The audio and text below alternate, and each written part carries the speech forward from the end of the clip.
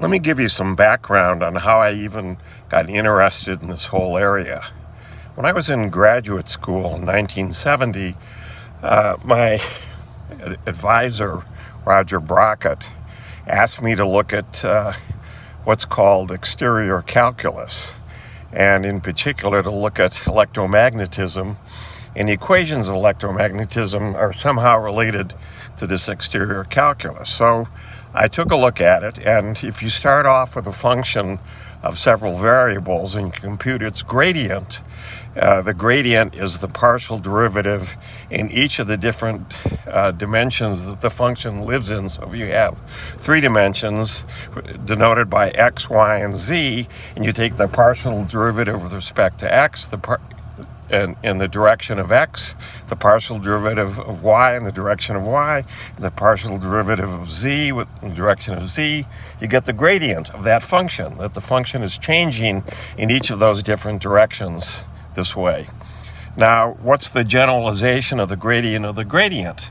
Well, when you go do that, you end up with a natural generalization, and it turns out that that's what comes out for the equations of electromagnetism. So I stared at this and I said, this is really strange. I'm not doing any physics here. It's entirely just turning the crank with a mathematical operation called exterior differentiation, a generalization of taking the gradient of a scalar function. And so in electromagnetism, the scalar function is what's called a gauge. When you take the gradient of that, you get what are called potentials. Take the exterior derivative, you get potentials.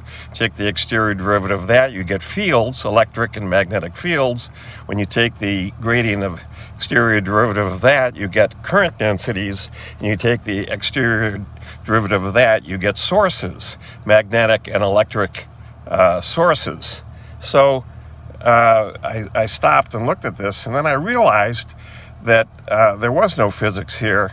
But when I looked into Sommerfeld's work on, he included the fluid mechanics of the ether, then I came up with the full equations of electromagnetism, which included space. And when you use what's called a perturbation analysis on this, you come up with the full equations of electromagnetism. So there's really only electricity and magnetism, and gravity is just a change in the density of space.